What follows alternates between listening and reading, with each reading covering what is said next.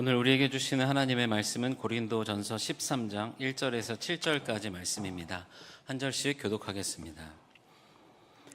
내가 사람의 방언과 천사의 말을 할지라도 사랑이 없으면 소리나는 구리와 울리는 꽹과리가 되고,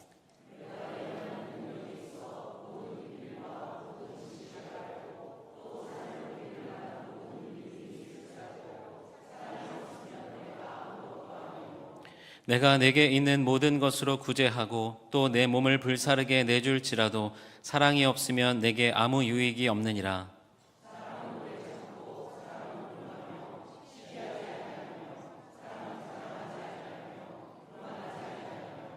무례히 행하지 아니하며 자기의 유익을 구하지 아니하며 성내지 아니하며 악한 것을 생각하지 아니하며 모든 것을 참으며 모든 것을 믿으며 모든 것을 바라며 모든 것을 견디느니라. 아멘. 오늘 이 시간에는 사랑이 없으면 아무것도 아닙니다 하는 제목으로 고린도전서 13장 말씀을 함께 나눕니다. 삶은요, 끊임없이 자기 자신을 증명하는 여정이다 라고 생각합니다.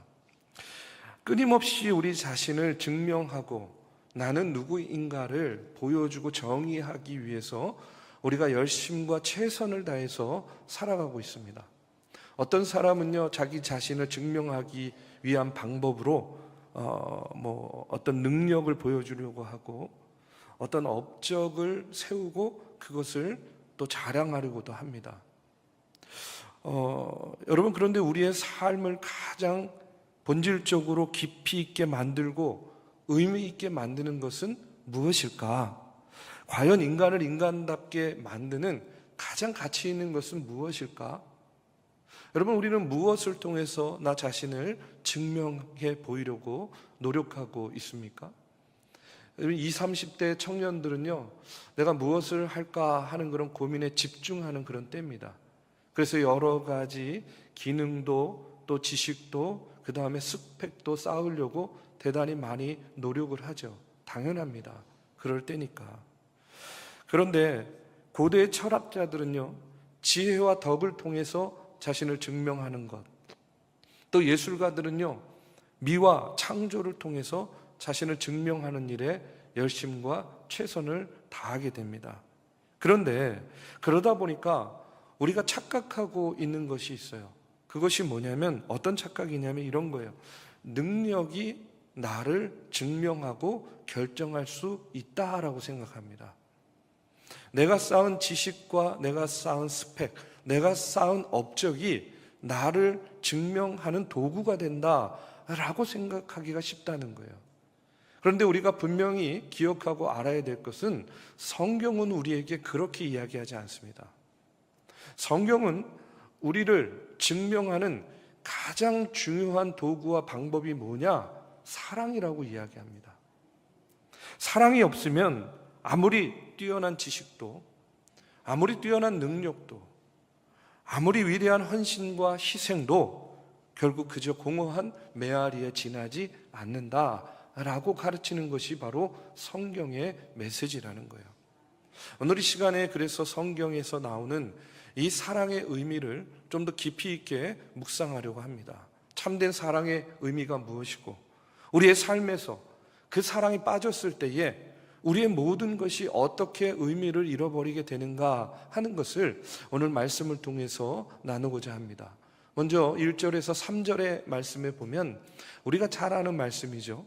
내가 사람의 방언과 천사의 말을 할지라도 사랑이 없으면 소리나는 구리와 울리는 꽹과리가 되고, 내가 예언하는 능력이 있어 모든 비밀과 모든 지식을 알고 또 산을 옮길 만한 믿음이 있을지라도 사랑이 없으면 내가 아무것도 아니요, 내가 내게 있는 모든 것으로 구제하고 또 내 몸을 불사르게 내어줄지라도 사랑이 없으면 내게 아무 유익이 없느니라 하고 이렇게 말씀합니다. 사도 바울이요 이야기해요. 너희가 천사와 같은 말을 해도 소용이 없다는 거예요. 산을 옮길 만한 믿음이 있어도 소용이 없다는 거예요. 아무리 헌신하고 봉사하고 구제하는 일에 열심을 다해도 뭐가 없으면, 사랑 없으면 그것이 아무것도 아닌 게 된다 하는 그런 말씀을 전하고 있습니다. 아니, 왜 사도 바울이 이와 같은 말을 이야기할까? 왜 이렇게 이야기할까? 지금 사도 바울이 이 말을 하는 대상이 누구냐면 고린도 교회, 그리고 고린도 교회의 성도들이었습니다. 여러분, 당시에 고린도 교회는요, 우리가 잘 알듯이 여러 가지 문제들도 많았지만 사실은요, 대단히 믿음 좋은 사람들이 많은 교회였어요. 성령의 역사가 이곳저곳에서 일어나는 그런 믿음 좋은 교회, 우리로 말하면 뜨거운 교회였습니다. 그러다 보니까 여러분, 은사도 충만한 교회였어요. 교인들 대부분이요, 웬만하면 다 방언의 은사 받고, 또 예언의 은사도 있고, 또 병 고치는 은사, 막 이런 은사가 나타나는 성령 충만한 교회가 바로 고린도 교회였어요. 한마디로 믿음 좋은 교회, 한마디로 성령 충만한 교회, 한마디로 뜨거운 교회가 바로 고린도 교회였다는 거예요. 그런데 그 믿음 좋은 고린도 교회가 바울이 이렇게 보니까 막 그런 은사가 나타나고 현상들이 나타나는데 좀 더 깊숙이 들여다 보니까 그 믿음 때문에, 그 은사 때문에 교회가 세워지고 성도가 세워지는 것이 아니라 오히려 반대로 교회가 무너지는 것이 보이는 거예요. 아니, 성령의 역사가 그렇게 나타나는데, 아니, 그렇게 성도들이 은사를 많이 받고 은사를 막 이렇게 그냥 표현을 하고, 은사가 막 병 고침이 일어나고, 막 기도하면 막 방언하고, 막 예언하고 막 이러는데 오히려 교회는 어떻게 된다고요? 무너지고 있는 거예요. 이유가 무엇일까? 이렇게 들여다 보니까 바울이 진단한 고린도 교회의 문제는 무엇이었냐면 사랑이 없는 것이 문제였다는 겁니다. 사랑 없는 믿음 때문에, 사랑 없는 은사를 가지고 서로 싸우고 다투다 보니까 어떻게 돼요? 은사 때문에 교회에 분란이 일어나는 거예요. 어느 은사가 제일 큰 은사인가? 막 이런 거 가지고 다투는 거예요. 당연히 자기가 받은 은사가 제일 좋은 은사다, 뭐 소위 말해서 이런 거죠. 내가 제일 잘 나가, 막 이러면서 자기가 받은 은사가 더 큰 은사다 자랑하고 주장하면서 다른 사람이 받은 은사는요, 은근히 깔보는 거예요. 심지어는요, 방언 못하면요, 에휴, 저거는 방언도 못해 하면서 무시하기까지 이르렀다는 그런 이야기입니다. 그것 때문에 고린도 교회는요, 결국은 어떻게 됩니까? 분란이 생기고 분열을 맞게 되고 교회가 세워지는 것이 아니라 오히려 교회가 무너지는 그런 위기를 맞이하게 되었다는 거예요. 바울은 이와 같은 고린도 교회의 모습을 보면서 오늘요, 좀 다소 극단적인 비유로 이야기를 하고 있는 겁니다. 인간의 언어, 천사의 언어를 다 할지라도 아무리 듣기 좋은 말로 이야기하는 것 같이 보일지 모르지만, 그러나 사랑이 없으면 그것은 그냥 시끄러운 소리, 그냥 소음에 불과하다 하고 이렇게 이야기를 하고 있어요. 한마디로 사랑 없는 은사는 소음에 불과하다 하는 그런 이야기입니다. 한번 따라해 보겠습니다. 사랑 없는 은사는 소음에 불과하다. 여러분, 산에 가가지고요, 야호 하면요, 뭐가 칩니까? 메아리가 칩니다. 메아리.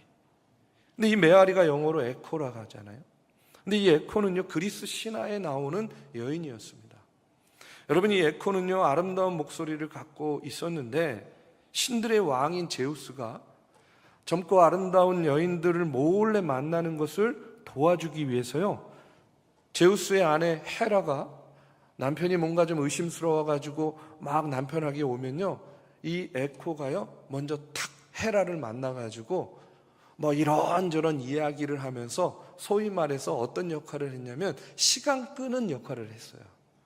그러니까 이 에코라는 여인은요, 제우스가 바람 피는 것을 도와주는 그런 역할을 한 거예요. 근데 결국은 이 제우스의 아내 헤라가 그 사실을 알게 되었습니다. 알게 되어서 얼마나 화가 나고 분노가 생기겠어요. 그래서 헤라가 이 에코를 저주합니다. 어떻게 저주하냐면, 앞으로 너는 다른 사람이 한 말의 마지막 말만 되풀이할 수 있을 것이다. 이렇게 저주를 내린 거예요. 이 저주로 인해서 이 에코는요, 자신의 의지로 말할 수 없게 되었고 단지 남의 말만 따라하는 그런 메아리 같은 존재가 되어버린 겁니다. 어느 날 이 에코가 숲에서 사냥하던 나르키소스를 보고 한눈에 사랑에 빠집니다. 근데 먼저 말을 걸기가 어려운 거예요. 말을 걸 수가 없어요. 나르키소스가 이렇게 주변을 보면서 누구 없느냐 하고 이렇게 이야기하니까 숨어있던 에코가 어떻게 해요? 없느냐?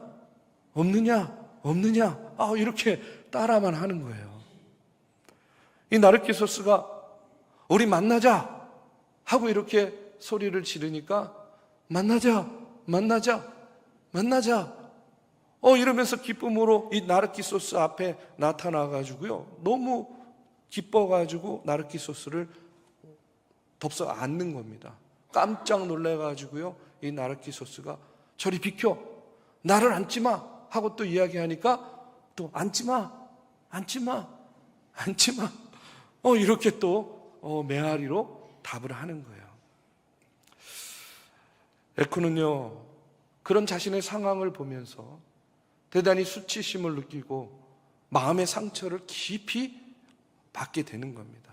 그래서 이제 숲으로 숨어 들어가 가지고요, 점점 말라가다가 결국은 목소리만 남은 존재, 다시 말해서 메아리, 에코로 남게 되었다는 거예요. 에코의 마른 목소리는 있었지만 사랑의 본질과 진심이 빠져 있을 때에 그것이 얼마나 허망한 메아리로 사라지는가 하는 것을 우리에게 알려줍니다. 여러분, 진심 없는 말은요, 소리는 있습니다. 들립니다. 그러나 전해지지 않는다.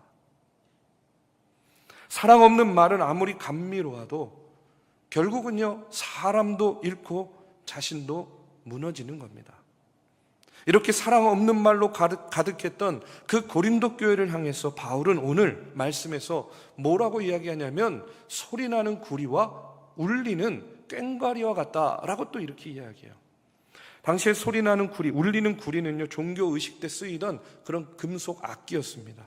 큰 소리는 났지만 그냥 그것뿐이에요. 영혼을 변화시키는 그런 메시지는 없는 거죠. 여러분, 꽹과리 아시죠? 꽹과리. 요즘에 꽹과리 소리 참 듣기 어려운데, 예전에 대학교에서 축제 같은 거 하고 막 그러면요, 이곳 저곳에서 뭐 연주도 하고 뭐 행사 이렇게 하는데 꽹과리 패가 딱 등장해가지고요, 따당 땅땅땅땅 따당땅 꽹과리 소리 나는 순간요, 다른 모든 것들이요 다 그 소리에 묻혀요. 그냥 어떤 소음도 어떤 악기도 꽹과리 하나면 그냥 끝나는 거예요. 이 꽹과리 소리가 엄청 크고 시끄럽지 않습니까? 근데 중요한 건 뭐냐면 그게 다라는 거예요. 자, 여러분, 하나님은요, 우리에게 음량이 아니라 하나님은 우리에게 사랑의 울림을 원하신다라고 믿습니다. 하나님이 우리에게 원하시는 것은요, 음량이 아니라 울림이라는 거예요. 우리는 흔히 목소리 큰 사람이 이긴다 이렇게 생각하죠. 그런데 여러분, 교회는 목소리 큰 사람, 큰 목소리가 필요한 것이 아니라 큰 울림이 필요한 곳이 바로 교회다라는 사실입니다. 사랑 없는 마른 에코처럼 그냥 메아리칠 뿐이에요. 공허하게 날아가서 사람의 마음에 새겨지거나 심겨지지 않습니다. 하지만 사랑이 담긴 말은요, 그 사람의 마음밭에 씨앗처럼 뿌리를 내리게 된다는 거예요. 목사님, 많이 피곤하시죠? 아유, 장로님 수고 많으셨어요. 아유, 권사님 얼굴 보면요, 그냥 보는 것만으로도 은혜가 돼요. 여보, 사랑해. 얘들아, 나는 너네들 때문에 힘이 나. 아이들은요, 부모를 향해서 아빠, 엄마 힘내세요. 별것 아닌 것 같지만 이 작은 한마디가 여러분, 그 사랑의 진심이 담겨서 전해질 때에는요, 그것이요 그 마음의 씨앗처럼 자리 잡게 된다는 겁니다.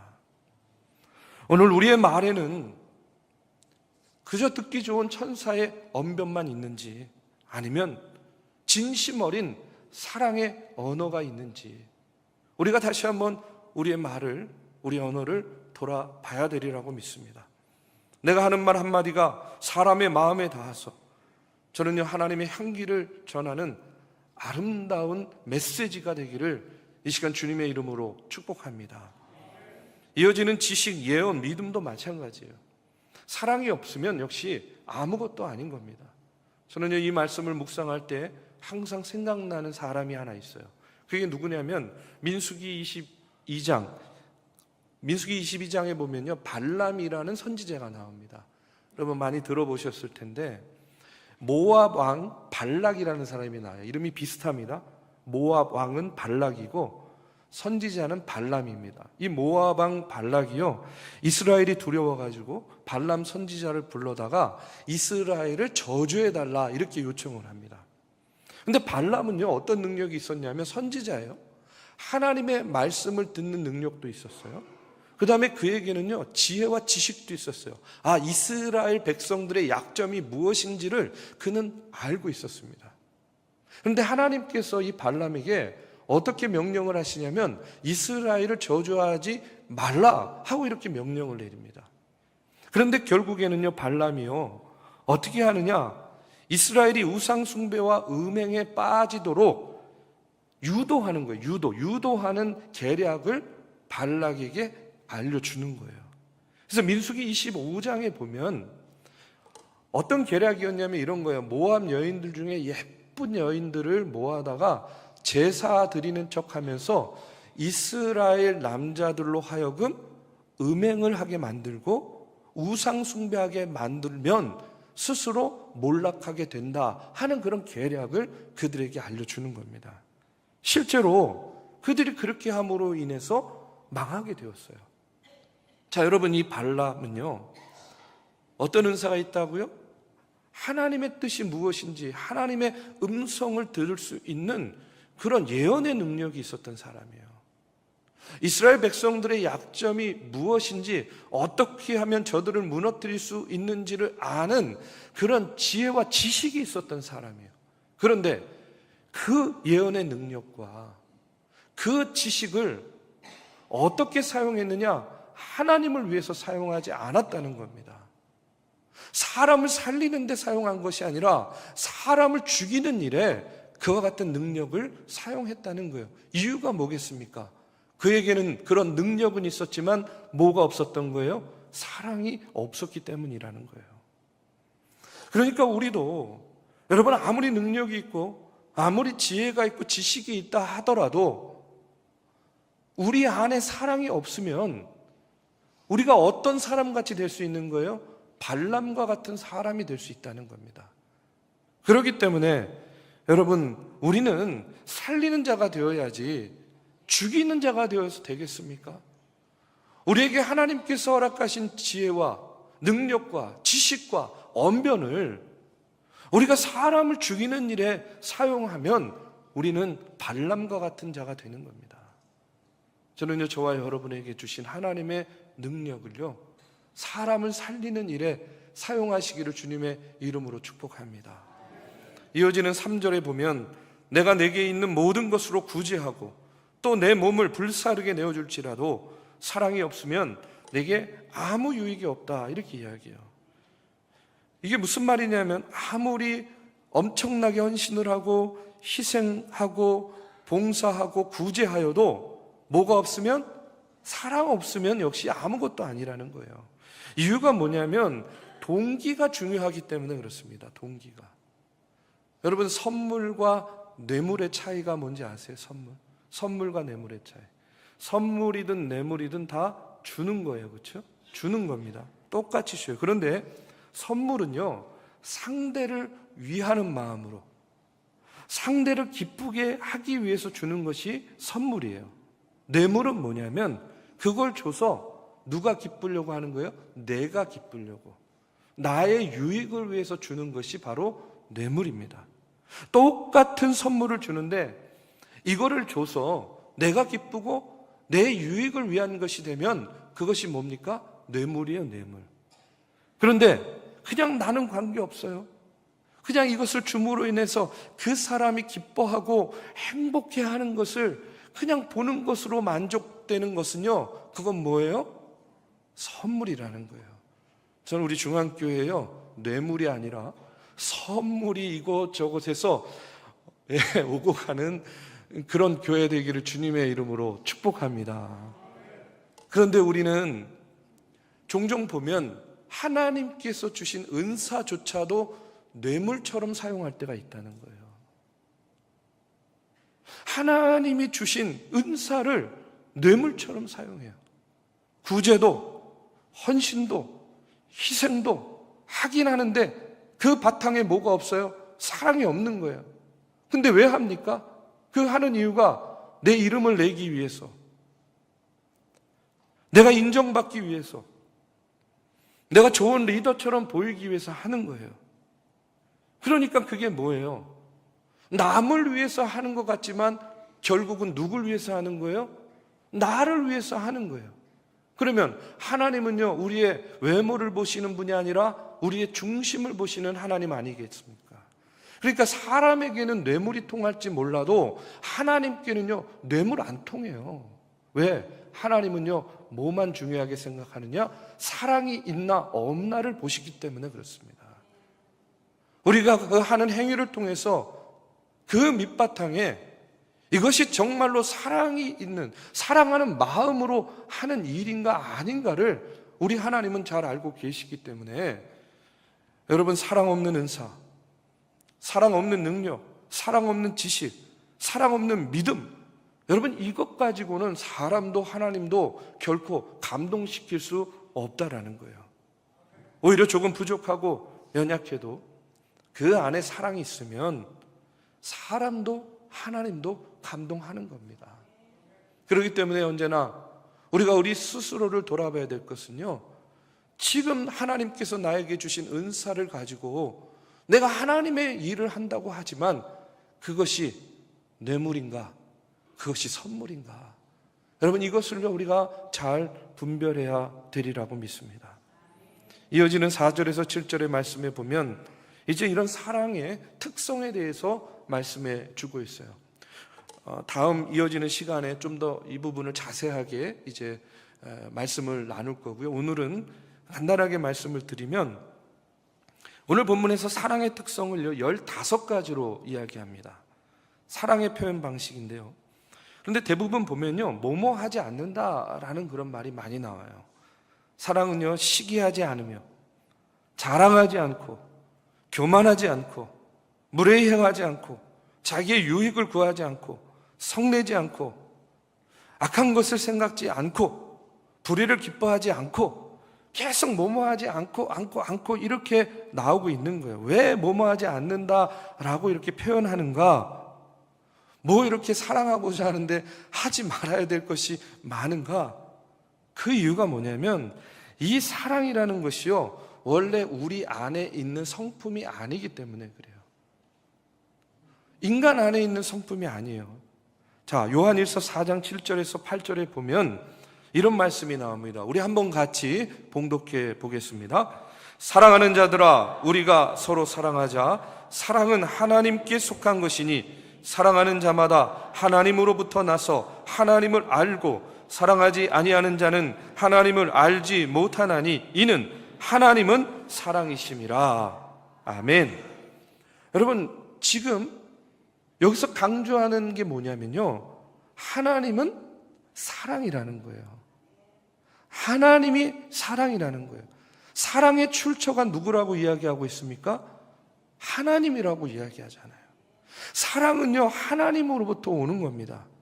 그리고 그 하나님 사랑의 내용이 무엇이냐면 이어지는 9절에서 10절에 보면 하나님의 사랑이 우리에게 이렇게 나타난 바 되었으니 하나님이 자기의 독생자를 세상에 보내심은 그로 말미암아 우리를 살리려 하심이라. 사랑은 여기 있으니 우리가 하나님을 사랑한 것이 아니요 하나님이 우리를 사랑하사 우리 죄를 속하기 위하여 화목제물로 그 아들을 보내셨습니다. 이렇게 이야기해요.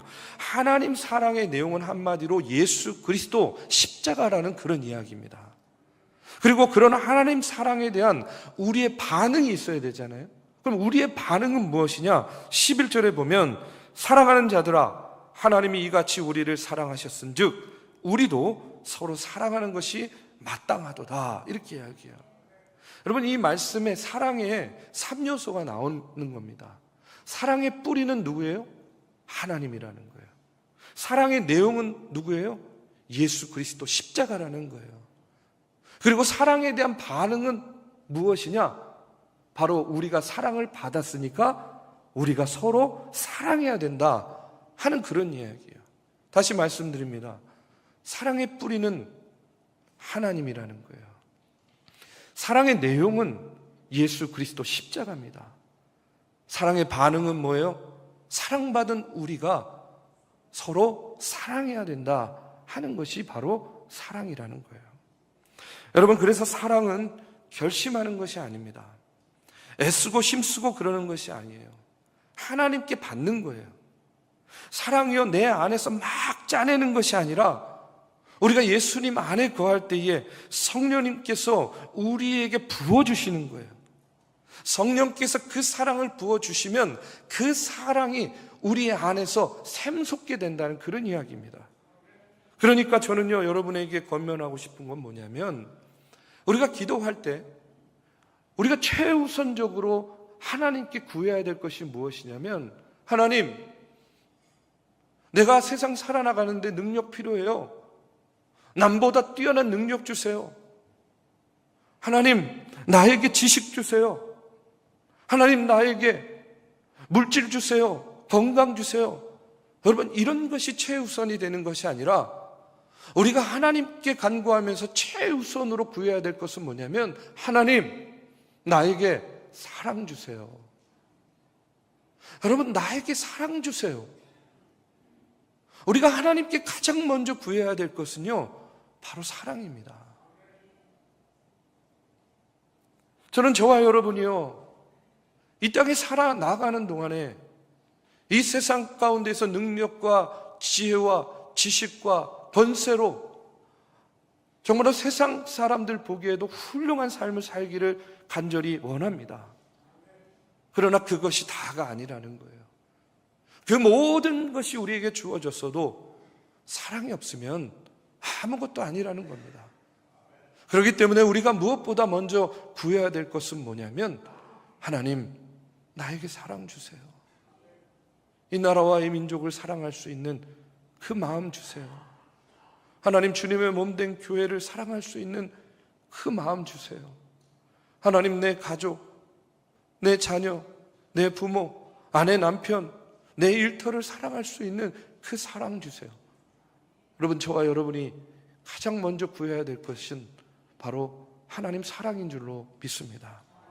인생의 진정한 가치는 능력이나 업적에 있는 것이 아닙니다. 바로 사랑에 있는 겁니다. 우리의 은사와 재능이 아무리 크고 놀랍다 하더라도 그 안에 사랑이 담겨져 있지 않으면 결국 우리의 삶은 메아리처럼 공허하고 허망해질 뿐입니다. 사랑이란 결코 우리가 스스로 만들어낼 수 있는 것이 아닙니다. 참된 사랑은 오직 하나님으로부터 오는 것이기 때문에 그렇습니다. 십자가의 희생을 통해서 우리에게 부어주신 하나님의 사랑이 바로 진정한 사랑인 줄로 믿습니다. 우리가 그 사랑을 경험할 때에 여러분, 비로소 우리는 사랑의 실천을 해 나아갈 수 있는 것입니다. 저는 이제 우리의 삶 가운데 천사의 말보다 더 깊은 사랑의 울림을 전하는 그런 저와 여러분이 되기를 바랍니다.